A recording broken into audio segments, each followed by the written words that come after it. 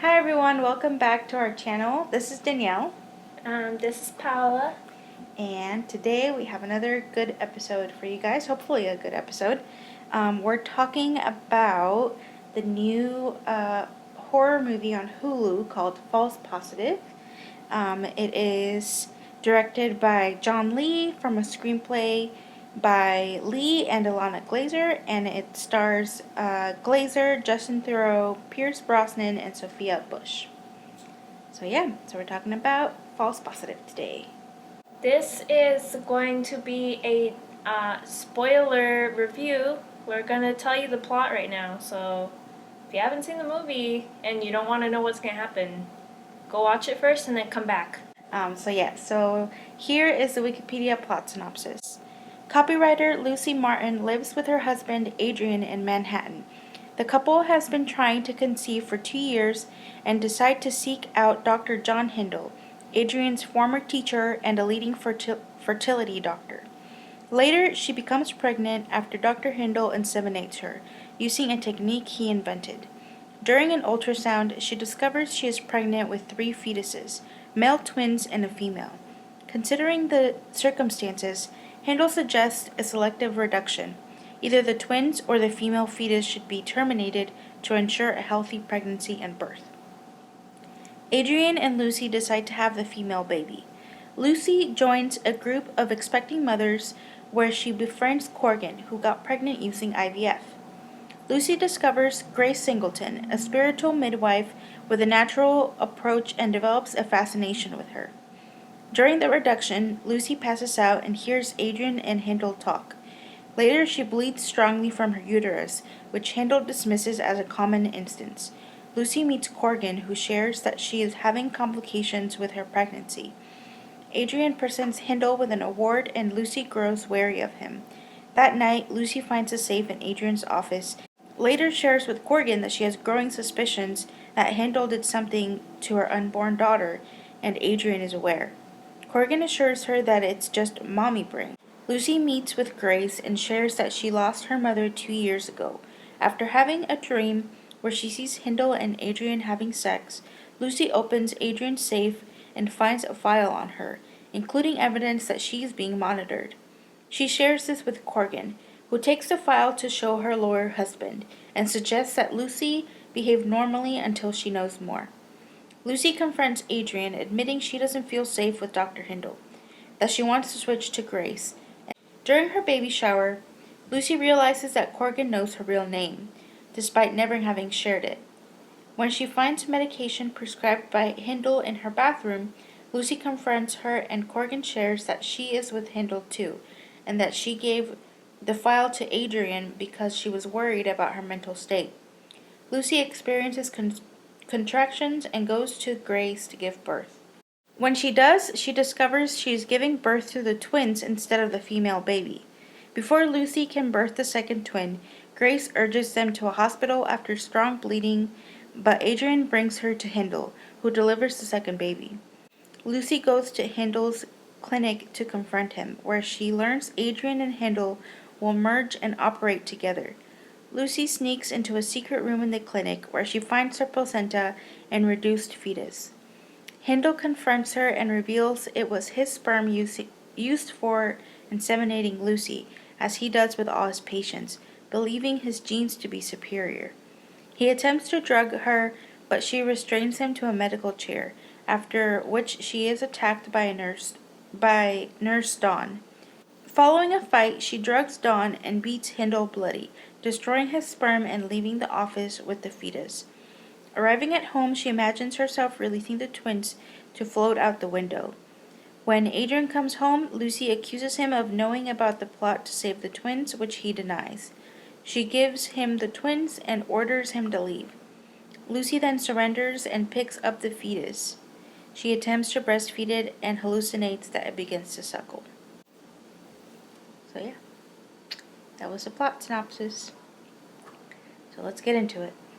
So, who's the protagonist here, Danielle? I'm going to tell you that our protagonist was Lucy. True.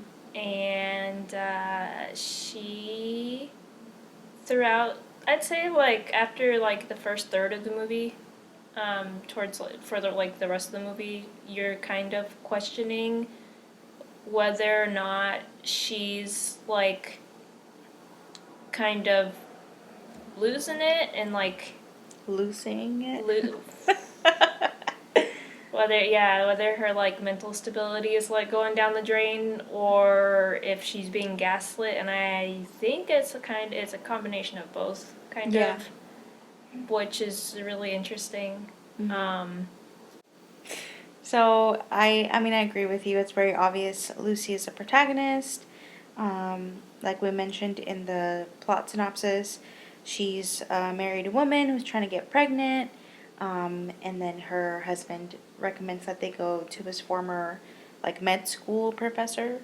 Mm-hmm. And I think overall, like, what I could sense from her character, other than, like, the things that were more surface level, which is, like you said, like the fact that she was paranoid for a lot of the movie and, like, maybe not mentally sound because of the things that were happening to her. I feel like she came off to me as, like, somebody who had, like, a really deep desire to, like, have everything, like, going right in their life. Like, she was like girl boss, like she had girl Yeah. boss vibes, where she wanted to, like, I think she says at some point in the movie too, like, wow, am I really going to be one of those women that, like, has, like, a great personal life and a great career too, when she thinks that she's going to get a promotion at her job, Mm-hmm. or, it's an account.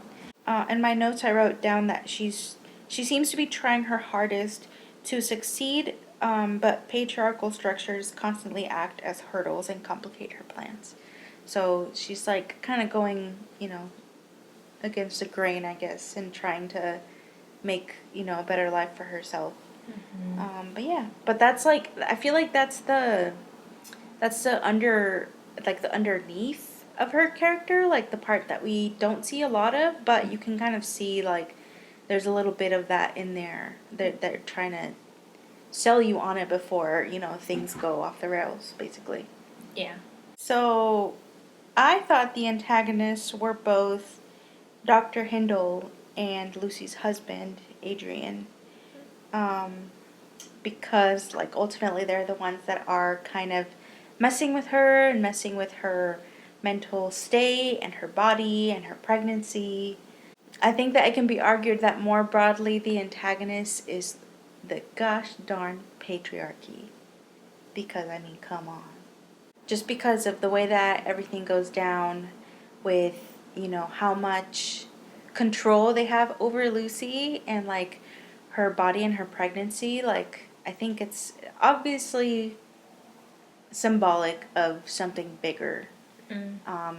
And it's not subtle, I will say.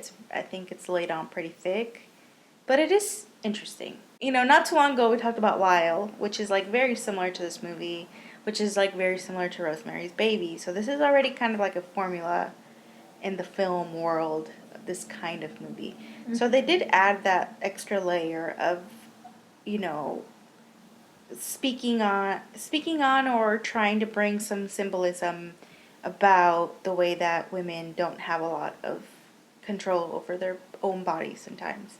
Dr. Hindle is just, like, super, like, narcissistic and, like, sneaky, and he's, like, this, like, evil character that's thinly, like, disguised as being someone who's, like, good and helpful. Mm-hmm. He's, like, winning all these, like, 5-time in a row award of, like, I don't remember what the award was, something like making people's lives better or something. Yeah. Junk, but, like, to do with his, like, fertility practice and all that. Yeah. Lucy's husband, Adrian, is super selfish, gaslighting, only looking out for himself in a way. Yeah.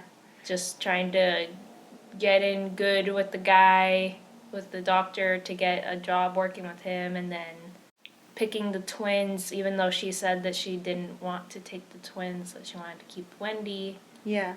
And, yeah, he just didn't care about anything that she wanted to do.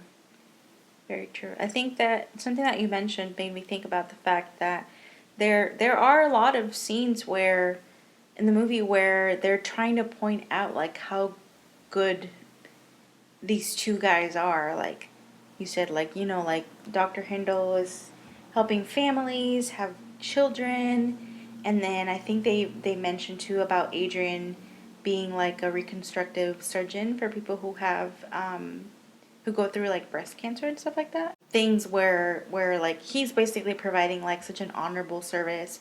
And so they really try, like, they even try to like gaslight the, I feel like, the audience a little bit, or mislead the audience a lot. I don't know if gaslighting is the right word for that particular situation, but they're really trying to sell you on the fact that these are like two good guys.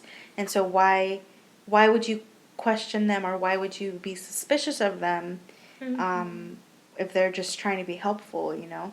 So I think that that's another thing too, that there's like a bigger conversation to be had about how positively like some men are painted in society when in reality, you know, they're not, they might not be as good as they present themselves to be. I didn't realize till right now, like, just how much they try to get you to think like, oh, but these are, you know, good guys. But it's funny because you can see it in, first of all, in the way that they portray Dr. Hindle. I feel like every single scene that he's in has like the creepiest vibe like ever. Yeah. It's really weird. And then also Adrian, I think one of the very first things that like tipped me off to the fact that there was like something off about him, or that maybe that he was going to be the bad guy, was the fact that I don't know why, maybe nothing personal, but the fact that he wanted to name the baby after himself. Oh. Like, I was just like, that's a little weird, like, especially because, like, I don't know, just the way that he said it. I don't have anything against people naming their kids after themselves. I feel like obviously it's very normal, but the way that he said it was, it seemed like, you know, like it had a little bit of pride in there, like a little bit of narcissism, like you said, where he wanted it to be, you know, A little him. a little him, yeah. Which I don't remember the exact wording, but I think Dr. Hindle said something about like he wanted to clone himself. And then that's kind of like a parallel to him thinking, oh, well, this kid is going to be a little me. Yeah. I'm going to name it after me. Yeah. So, and then also the doctor, like literally just making a whole bunch of hymns, or like half hymns all over the place. Yeah. Super freaky. Mm-hmm. So what would you say is the main conflict in this movie? So I'd say the main conflict is that Lucy figures out through like hearing things through her partial anesthesia. So she figures out that Dr. Hindle and Adrian are being sus and they're doing shady stuff and hiding it from her. So, like, for most of the movie, she's trying to figure out what's going on and, like, what they're doing. Yeah. And she eventually finds out that they lied to her about getting rid of the twins and saving Wendy when they, in fact, did the reverse. And then they reveal the thing about that she was inseminated with the Dr. Hindle's sperm. Right. Which was not supposed to be the deal. Yeah. So that's her whole motivation. And like what's driving her. I thought, I mean, I think that is the main conflict, but I also kind of considered the fact that it's not a conflict for long, but it is the conflict that kicks off all the other conflicts, which is the fact that she couldn't have children, like, not naturally, I don't think that's the right word, but like they were having trouble conceiving, basically. Yeah. Which like led them to Dr. Hindle in the first place. I wrote down in my notes, like, the conflict deals with the way women often have little to no agency over their bodies and their reproductive systems. Even though Lucy was privileged enough to be able to go to, like, a fertilization clinic or whatever you call them, ultimately her fate was still in the hands of a male doctor. And and he controlled like pretty much everything about her pregnancy. So she really didn't have much of a choice at that point, you know? Yeah. The whole thing with Grace and that Lucy sort of, I guess from the synopsis it makes it sound like she imagined it. I was kind of wondering if Grace was working with Dr. Hindle, and that like she took everything down from her office the next time that Lucy came back, but it seems more like I guess that Lucy like hallucinated it or whatever, or like imagined it to be more than what was there.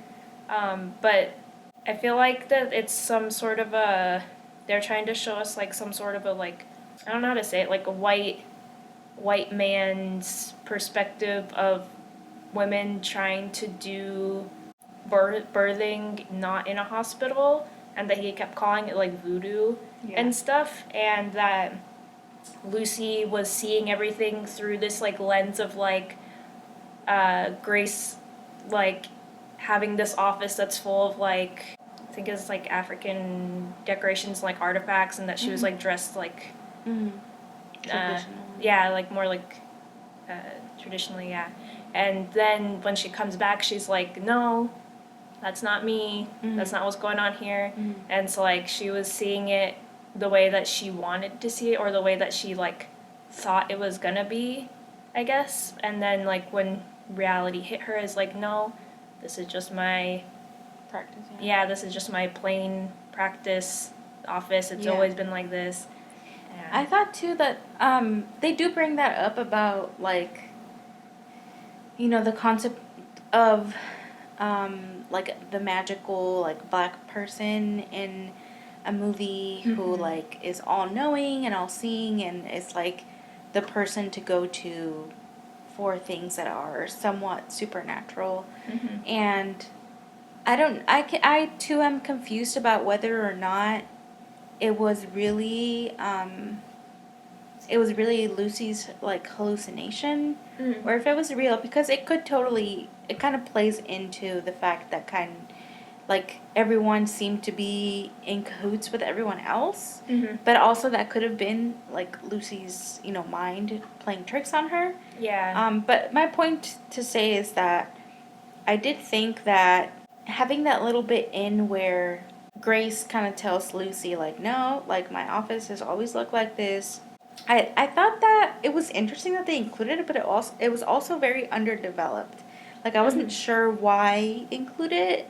If you're like they included it as a social commentary for the sake of social commentary. Like it wasn't too developed in a way that I feel like it just would have made a lot more sense for her to say that if it was more of a plot point that that Lucy was seeking her out specifically because, you know, because of the cultural aspect of it, you know? So I did think that, you know, that was kind of interesting, but I do agree with you that it has a lot more to do, I feel like, with the fact that that Dr. Hindle really looked down upon any sort of like more natural or holistic methods of birthing, which, you know, in Lucy's case, it was more specific to the fact that she was just trying to regain back some of the control that was taken away from her in regards to her birthing plans, you know, because I feel like, you know, I'm not a mom, but I know, you know, people who are moms who have given birth and stuff like that, and I know that like having your birthing plan is like a huge thing. That's something that you like take care of like months in advance, because obviously you're going to be in a very vulnerable and a painful situation, and you want to make sure that you're taken care of and that you have a plan for, you know, if things go any certain way. So for that to be like, that seems to be like a really hugely important part of like a woman's pregnancy, and for that to be taken away from her. And I feel like she was just desperate. Like she was just like, that's probably why she created such a connection with Grace. Like just from the ad that she saw of her on the magazine, she was like, oh my God, this is my answer to everything. Like almost like this is my escape, you know? And I wish that, like, because the focus was there, and the focus had more to do with the fact that Lucy wanted some of that control back. I don't think that it was necessary to include this conversation about, you know, having it be somebody who's black, somebody who's like, uh, apparently from either Lucy's hallucination or whatever gaslighting that was going on, is somebody who's like mystical and stuff like that. It was supposed to be like she was trying to take back control, like you said, but then in the end, ultimately, like she still wasn't able to because she had to go to the hospital. Yeah. And finish her giving birth there. Right. And then also, I think that I agree that they should have given it maybe a little bit more thought or like more like dialogue or scene or something to make it more relevant to the plot rather than like stuck in, like you said. But I think another element to it that, from what I know, is that people of color have like, especially black women, they have like way higher death rates when giving birth and like higher rates of like losing a child. And so I think that doing the birthing not in a hospital in a way is connected to why they chose to make Grace black, because I don't know, I don't have any stats or anything, but I feel like it makes sense that people know that having a kid in a hospital is going to increase your chances of death overall. That might be more wanting to go try these like natural birthing. Yeah. So that they might have a better chance of like not dying or losing a kid. So I think that was like, I don't know, that's just why I was like connected it with when I was watching it. I don't think that it had the effect that they wanted it to have because they didn't delve into it at all. Maybe that's just me, and maybe I'm not picking up on the symbolism, or I guess I should say that I am, because I get it. I get why they put it in there, but I just don't think that it was done well enough to justify including it at all. What kind of symbolism did you spot during the movie? So there was like this big thing of like mirrors or like clones throughout like the whole movie. Yes. Like in, I think, one of the very beginning scenes, you see Lucy and Adrian mirrored, and still there's like 4 people it looks like, but it's only 2 of them, you know? Yeah. And, that was really clever. And then they use that angle again later with just Lucy, and she's like, one side of her is just in her pajamas or something, and the other side is like, I think, naked and covered in blood.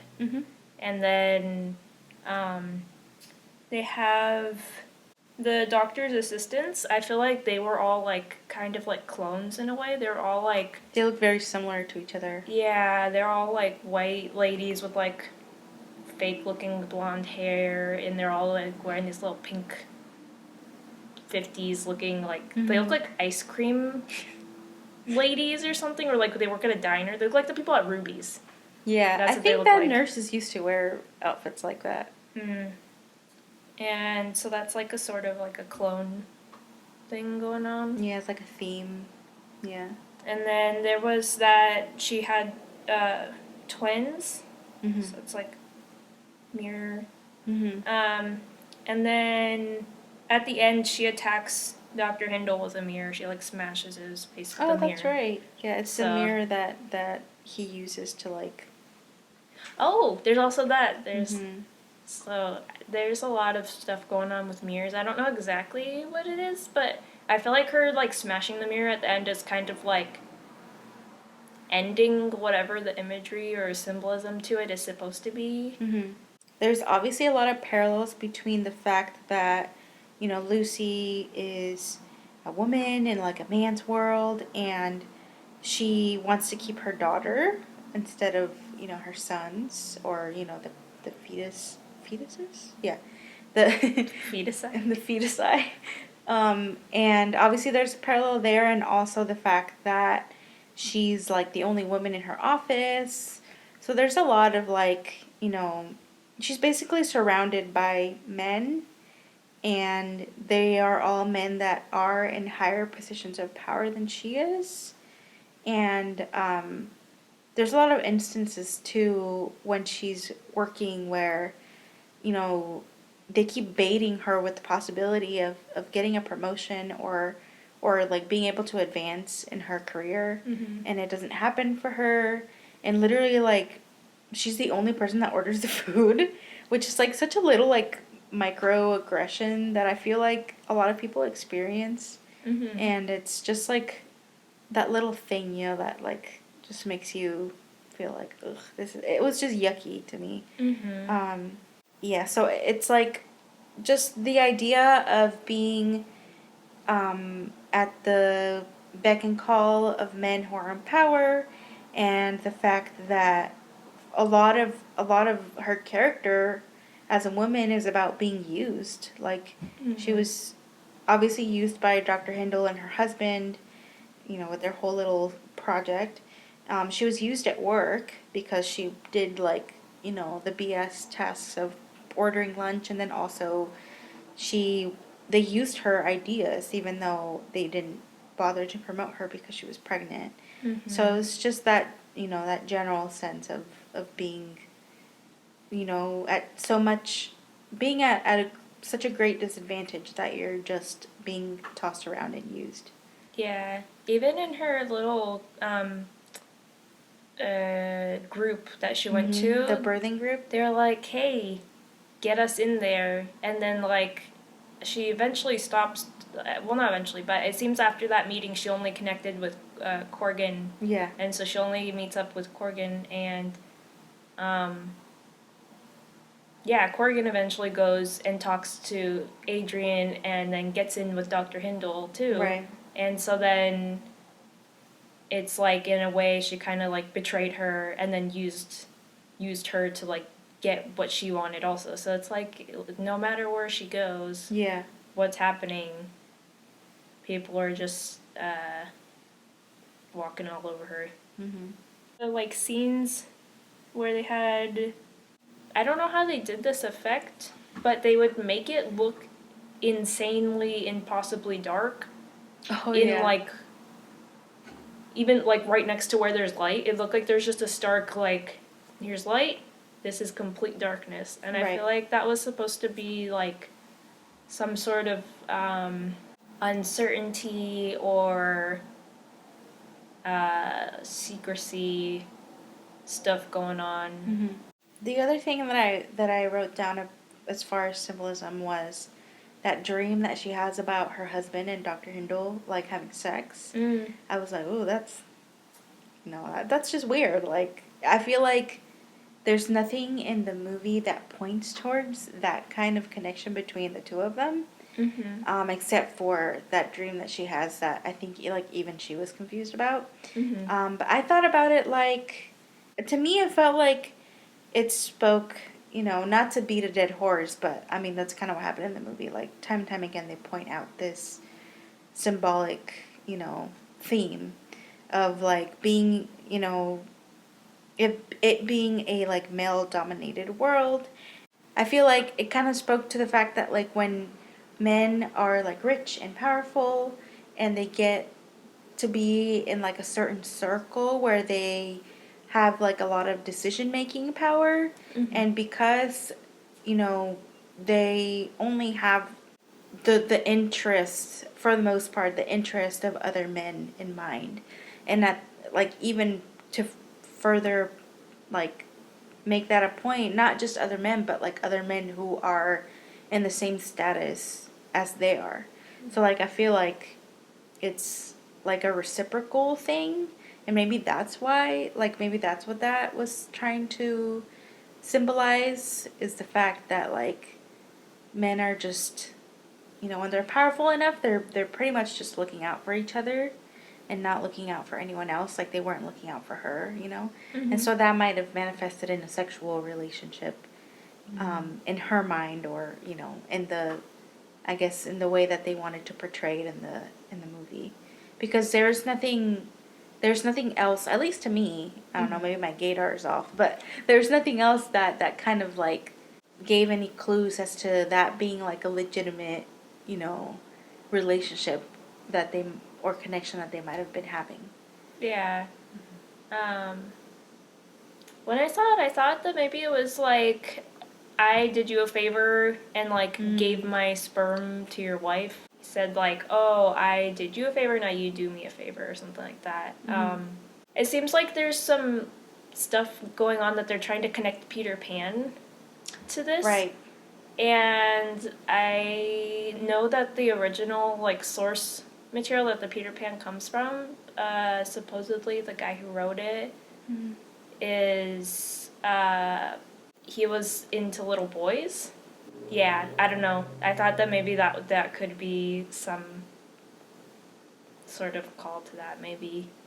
But probably not. But I'm just I don't know, because they like pointed out specifically like, oh, this is like a first edition book, the same one your mom read to you or something, and like I don't know, that book it's problematic now. So.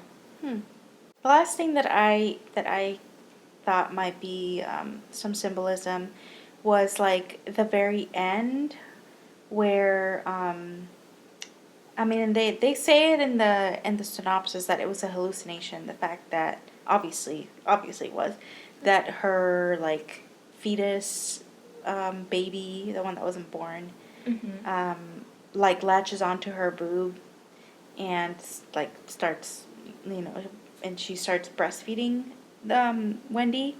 And I feel like even though that was kind of a nuts way to like End the movie? end the movie and also just make the point that I think it was trying to make, I think that it had to do with like with women being able to overcome like very treacherous, you know, instances and things that happen to them that are very negative, and that, you know, kind of in the way that Lucy was, she was put at a disadvantage where everybody else around her was making decisions for her. But at least at the very end, you know, she was able to, her and her daughter were able to have a connection with each other and also overcome all the things that they had been put through. I feel like that's kind of what they were trying to get at with making her like hallucinate that, because obviously the reality of things is that, you know, that baby's not alive, it's, you know, fetus still, and she didn't get to have Wendy, which is really sad. But maybe it was like her getting what she wanted all along and being able to have that connection that she craved so much with her daughter because she lost her own mom. So I was like, I think that's kind of what they were trying to get at. I think that, again, going on the Peter Pan thing, that is in the book and the movie also, that there's the daughter, Wendy, and then there's two boys. And so it's interesting that there's like three That's true. kids in her, or three fetuses. And then also the thing at the end where it looks like she's going to drop the kids out of the window, but she imagines them flying. Yeah. So it's kind of like she was like sending them away. Yeah. To, I don't know. I was very concerned. Yeah, I was like, whoa, what are you doing, lady? Yeah, but then she gives them to the guy, so I was like, oh my god. Yeah. Like you said, that basically all the scenes with Dr. Hindle were like, had some sort of weird ominous backtone or like creepy undertone. And I think that the parts, I wrote down in the beginning that it was like really awkward the way he was like lubing up that thing. Yeah. And I think it was intentionally supposed to be awkward because it was supposed to be like he was having sex with her. Oh. Because he inseminated her. Yeah, that's a good point. And so it was supposed to be really like weird and uncomfortable. And then there's a part where towards the beginning also where and also too, he was making weird like semi-moaning noises when he was putting the thing in her. He's like, and I was like, ew, shut up, you nasty old man. That's funny. And then, anyways, so there's a part later where I think it's the moment that she realizes she's pregnant, is that there's this weird, like, double lens flare. And I think that was supposed to be showing, because she goes and throws up right after that moment. So I think it's supposed to be showing when the fetus starts To split? Yeah, it starts splitting and like doing the little like Yeah. cluster cell Yeah. thing. So that was really cool how they did that in really the corner. Mm-hmm. The other thing I thought of was that there was some weird connection between the stuff in the safe and the weird, like, there was this weird thud noise that was always happening with it. And specifically, it was like happening a lot, kind of like a heartbeat almost. I don't know if that's what they were going for, but it kind of sounded like it was supposed to be like a heartbeat. When in the scene when he was going Adrian was going into the safe to get out the weird little bracelet gift that he gave her. Throughout the whole scene, it was thudding, and it thudded once before, maybe twice before, and then another time after when she went to and she like discovered there was a safe there. So I feel like they were trying to do something with like something was trying to get out of the safe or something maybe, and so that's why she was trying to like find it. Right. So what did you like about this movie? What did I like? You already touched on this like a whole bunch, but basically just that they're showing all of the different microaggressions and like discrimination and problems that women face in like different aspects of their life, which is really cool to see. And the cinematography and the acting, especially from Pierce Brosnan? Yeah. His acting was really good, that he was like really creepy and evil. And also the lead actress was... Yeah, Alana Glazer. Yeah, she was really good, yeah. really good. So that is one of the things that I like too, because obviously I'm used to seeing her in a more comedic role. You know, she was in Broad City, and I had never seen her in anything really serious, much less anything to do with horror. I feel like that was her saying, like, I can do more than comedy. You know, like, I can do horror, I can do other things. So I was very impressed by that. I agree with you on cinematography. I feel like A24 movies are, like, they have some of the best, like, visuals out there. I feel like it's almost a requirement at this point to have, like, super cool and dynamic and, like, just really interesting cinematography and things that make the visuals stand out and almost like a certain aesthetic that they all kind of like live up to. And so I think that that's definitely the case with this movie. I think that kind of going along with what you said about all these like microaggressions and everything, I think it also does a really good job. The movie also does a really good job of taking things that like pregnant women are told like on the regular and kind of almost making them a little bit, you know, unsettling or almost inappropriate. Like I can't tell you how many times in this movie they mention mommy brain. Like, oh, it's mommy brain this, mommy brain that. And it's like, I think a lot of women embrace it, and, you know, to a certain extent it's funny. It's like a funny thing to say. But I feel like in a certain setting, in a certain situation, from a specific type of person, it could almost come off like condescending. Yeah. Like, I would never want to be told anything about mommy brain in the workplace. Like, that's horrible. So I feel like it does a good job of bringing those kind of like sayings that you know pregnant women are told all the time and just never think twice about. Like the fact that she was glowing, that was another one. Like, you're glowing. Oh, like the guys at her work are like, we knew it. Like, you're glowing. Like, it's just weird. Like, it's just a weird thing to say. I feel like in a context where you're not welcoming it. You know, like she already seemed pretty hesitant about sharing the news with like her boss, and then like her other coworkers come in and they're like, oh my god. So it just kind of it's another added layer of like how much other people can feel entitled to make certain comments about like your pregnancy, even if you're aren't necessarily welcoming them. Mm. So I feel like it does a good job of taking those little bits and kind of making them, things that would normally be like maybe funny or like charming, and kind of turning them on their head and making you see the other side of things. So, Danielle, what did you not like about this movie?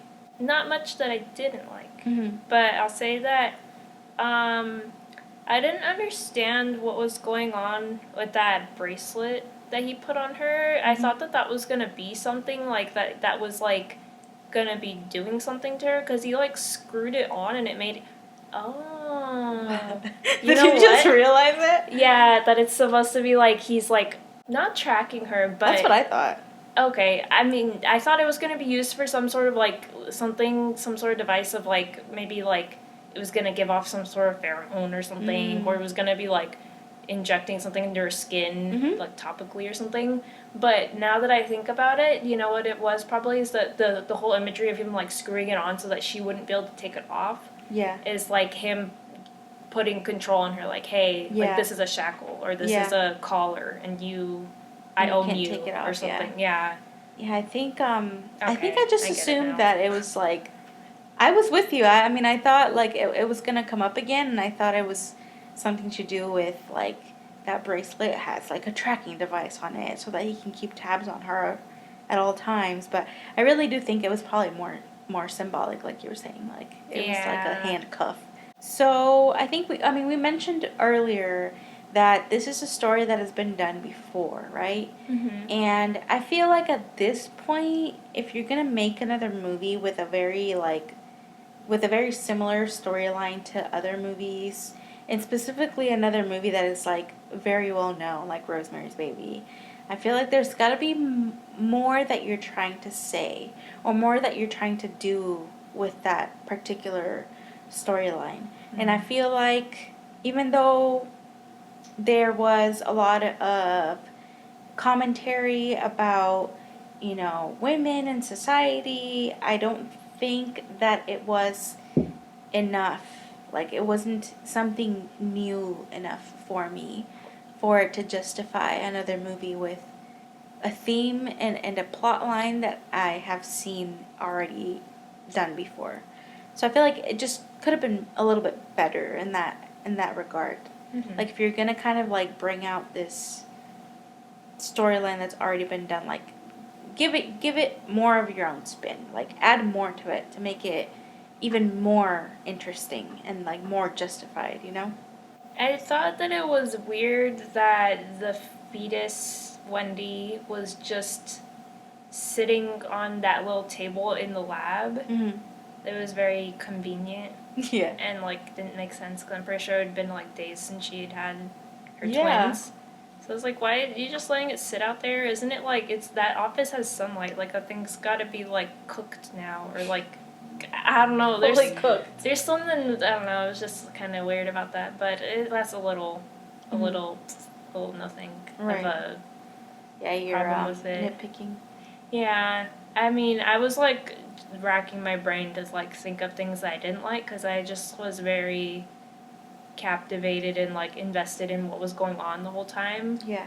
I think the things that I didn't like aren't so specific. They're more like broadly about the movie itself as like a full production, and not so much like exactly the little bits and pieces that made up the movie, especially in relation to, I will say, in relation to other A24 horror movies, because I feel like there are some that are way better than this one, and that kind of goes along with the second thing that I didn't like, which was the fact that I feel like they nailed the look of an A24 movie, in the sense that there was really creative cinematography, and just a lot of those aspects were like up to par, right? But there were also moments that were, I feel like, meant to be creepy or meant to be scary, that didn't really land for me. Like, it was like so close. It was like so close, but it didn't make me like feel like I could tell by the score and by the framing of the shot that it was supposed to be making me feel a certain way, and it almost got me there, but not all the way, if that makes sense. I would say that now that you mention it, I agree. And I would almost say that this movie is more of a suspense psychological thriller than it is a horror movie. There wasn't really much, actually, besides, like, some of the way that they, like, framed the scenes and, like, the twist at the end, really.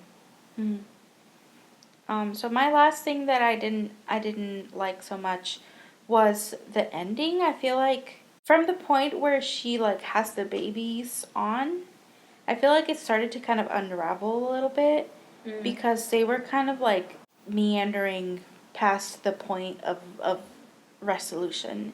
Like after the reveal, I just expected it to have a more clean resolution without having to do all these things in order. I feel like they were really trying to amp up like the horror factor or like the creepiness factor by letting her go kind of like extra crazy at the end, like after she kills or hurts, Dr. Hindle. I don't know if he's actually dead, but after she attacks him basically and the nurse, she kind of like goes home and she's being weird there, and that's the part where she like imagines that she's like putting the babies out the window and she grabs the fetus. Like I feel like all of that was just kind of like the very last attempt to really create like a horror atmosphere in a movie that wasn't really horror. I feel like I kind of wish that they would have resolved it after literally like right after she kills the doctor, because like she kills him, she's good. I think it would have been cool to end the movie with the scene when she's like walking in the street and she's all bloody, because that's how the movie started. So I feel like that would have been a good like way to close the loop basically. Yeah. Instead of having her do all these weird things afterwards. Yeah, that's a really good point. I didn't think about these things until you say them, but they make a lot of sense. There's like a really obvious tone change between when she finds out that he inseminated her with his sperm and then when she starts fighting. And the action fight scene was kind of over the top in some ways. Like when she shoved the thing in the lady's mouth. Yeah. And then the lady like got up and whatever, and there was like no actual noise of the like what was happening on screen. There was just music over it. So it made it seem like here's a fight montage. Yeah. And it was just kind of like Thrown in. It made it feel silly in a way. Where it was supposed to be seconds before it was like big reveal and like, oh my gosh, this guy's a creep and like this is a weird situation. And then now it's like, here's a silly fight scene. Right. That's supposed to be serious, kind of. Yeah. And then the whole thing with her like being strange and doing strange things and imagining things. I agree that they could have ended it sooner. So, what did you rate this movie? So I'm gonna give this a movie a 9 out of 10 mirrors to the face. What is your rating, Paola? So I'm giving this movie 7.5 out of 10 flying babies. Cause, baby flying. Yeah, it's for all the reasons that I said. I feel like it had a lot of potential, and I wanted to like it a lot because I really like Alana, and I really like A24 movies, because who doesn't? They're great. But I feel like, it was almost there for me. It was like on the very borderline of something that I feel like I would have enjoyed a lot, and then something that was just kind of okay for me. That's it for today's episode. We hope you guys enjoyed it. If you've seen this movie, make sure to leave us a comment down below and let us know what you thought. And if you have any movie suggestions or any comments or questions for us, you can always email us at danielleandpaola@gmail.com. And then also, if you'd like, you can follow us on Instagram. Our handle is hysterrifiedpodcast. And then you can also follow us on Twitter and interact with us on there. The handle is hysterrifiedpod. And then also, we're on Apple Podcasts, so you can give us a review or a rating, let us know how we're doing. And thank you. Yeah. And we'll see you guys next time. Bye.